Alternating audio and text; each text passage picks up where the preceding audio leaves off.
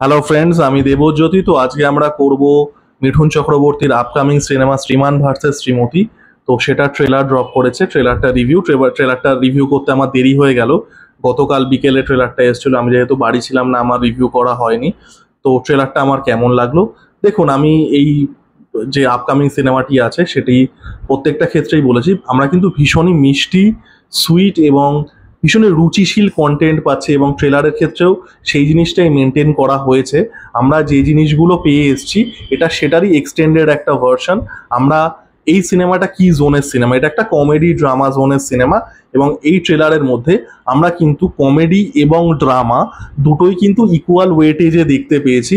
কমেডিটা তো ওয়ার্ক করছে, কমেডিটাতে আমি পরে আসছি, বাট ড্রামার যে বিষয়টা, এই যে সিনেমার যে সেন্ট্রাল থিমটা বিচ্ছেদ, আপনারা সবাই জানেন যে 27 বছর ধরে চলা দীর্ঘতম ভারতের ডিভোর্স কেসের ওপরে এই সিনেমাটা বেস করা। তো এই যে বিচ্ছেদ, সেই বিচ্ছেদের যে যন্ত্রণা, সেটার যে ড্রামাটিক হেফটটা, সেটা কিন্তু এই ট্রেলারের মধ্যে আছে। আমরা তিনটে কাপল দেখতে পাচ্ছি, অবশ্যই মিঠুন চক্রবর্তী এবং অঞ্জনা বসু।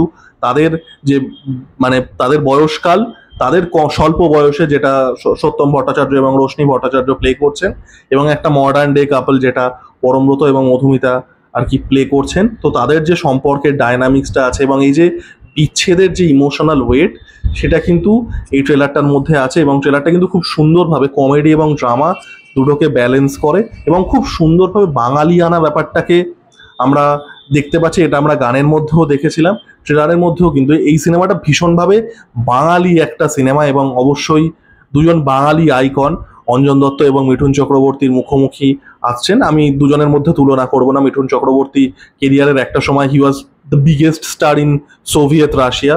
অঞ্জন দত্ত নিজের জায়গায় খুবই বড় একজন নাম, এবং দুজনেই কোথাও গিয়ে বাঙালির ইমোশন। তো তাদের যে টাসেলটা আছে, তো সেটাও খুব ভালো লাগছে যে যখন এই বয়স্ক কাপলটির, মিঠুন চক্রবর্তী এবং অঞ্জনা বসুর, তাদের যখন আর কি সম্পর্কে ভাঙন ধরছে তাদের দীর্ঘতম ডিভোর্স কেসে, তখন অঞ্জন দত্ত আর কি আসছেন, এবং তার যে আর কি যে সিনটা সব থেকে বেশি পপুলার হয়েছিল, টিজারের সব থেকে আলোচিত যে সিনটা ছিল, যেটাতে অঞ্জন দত্ত অ্যাকশন করছেন, ঘুষি মেরে মেরে একজনকে উড়িয়ে দিচ্ছেন, সেটাই আমরা একটু আরেকটু ফ্লেশড আউট ওয়েতে দেখতে পেলাম।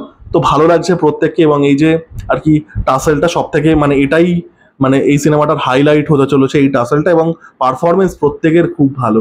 আমার একটাই সিনেমাটার টিজার নিয়ে কমপ্লেন আছে, সেটা হচ্ছে টিজারটা হয়তো গল্পটা আরেকটু লুকিয়ে রাখতে পারতো, যেহেতু গল্পটা বেশ এই নয় যে গল্পটা খুব it will not be like আ শাস্ত্রী, যেখানে একটা হয়তো মেজর কোনো কিছু লুকিয়ে রাখা হচ্ছে। আশা করছি সেটা হবে না, হতেও পারে। তো আমার যেটা মনে হয়েছিল যে আরেকটু গল্পটাকে ধরে রাখতে পারতো, বাট তা বাদ দিয়ে ট্রেলারটা কিন্তু খুবই খুবই সুন্দর, খুব রুচিশীল একটা ট্রেলার। আমরা শিলাজিৎ বাবুর একটি গান, আমাদের শিলুদার একটা গান শুনতে পাচ্ছি যখন ওই ইমোশনাল ব্রেকআপের পার্টগুলো দেখাচ্ছে। তো সেটাও খুব শুনতে ভালো লাগছে। সিনেমার দুটি গান এসছে, দুটোই খুবই ভালো। তো sound track is going to be really good. খুব ভালো একটা হচ্ছে। এবং অবশ্যই মিঠুন পারফরমেন্স দেখুন, প্রত্যেকের খুব ভালো। মিঠুন চক্রবর্তী এখানে, আপনারা জানেন যে এই সিনেমাটার আইডিয়াটা হচ্ছে মিঠুন চক্রবর্তী যে একটা সময় সব থেকে বড় মাস কমার্শিয়াল অ্যাকশন হিরো ছিল, তাকে একটুখানি প্যারালাল ওয়েতে প্রেজেন্ট করা, এবং অঞ্জন দত্ত যে প্যারালাল সিনেমার পোস্টার বয়, তাকে অনেক বেশি কমার্শিয়াল লার্জার দ্যান লাইফ ওয়েতে প্রেজেন্ট করা। তো এই দুটো দ্বৈতটা কিন্তু দারুণভাবে আসছে, এবং মিঠুন চক্রবর্তীর পারফরমেন্সও খুবই ভালো, প্রত্যেকের পারফরমেন্স খুবই ভালো। আমরা কমেডি গুলোও দেখতে পাচ্ছি, এবং কমেডি যেটা রাখা হয়েছে সেটা কিন্তু ভীষণভাবে সেলফ রেফারেন্সিয়াল কমেডি। আপনারা যদি দেখেন, অনেক মেটা জোকস আছে, এবং এই যে দুই আইকনকে কিন্তু খুব লাইট হার্টেড ওয়েতে হলেও ট্রিবিউট দেওয়া হয়েছে। আমরা টিজারে দেখেছিলাম একটা ডায়লগ পপুলার হয়েছিল যে মারবো এখানে কে কোথায় পড়বি কে জানে, যেটা ফাটাকেস্টোর ডায়লগের কে একটা হোমাজ দেয়া। এখানে আমরা লাস্টে গিয়ে কিন্তু একটা বেলা বোসকে হোমাজ দিতে দেখছি। মিঠুন চক্রবর্তী বলছে যে 90s এরকম একটা গান ছিল যে প্রেমিকাকে ফোন করতো কিন্তু কেউ ধরতো না। তো এই যে এই হোমাজগুলো কিন্তু ভালো লাগছে, এই মেটা জোকস গুলো, এই কোথাও গিয়ে একটা লাইট হার্টেড ওয়েতে একটা জোকের মাধ্যমে এই দুই আইকনকে ট্রিবিউট দেওয়া, সেটাও খুব ভালো লাগছে। তো ওভারঅল খুব খুব ভালো একটা ট্রেলার হয়েছে।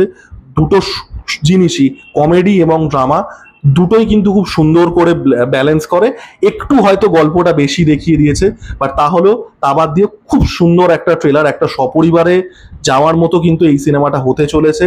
খুব সুন্দর, খুব রুচিশীল একটা বাংলা সিনেমা, এবং অবশ্যই মিঠুন চক্রবর্তী, তার হিউজ ফ্যান্স আছে এবং এখন এই জাতীয় সিনেমা চলছেও। প্রজাপতি was an all time blockbuster.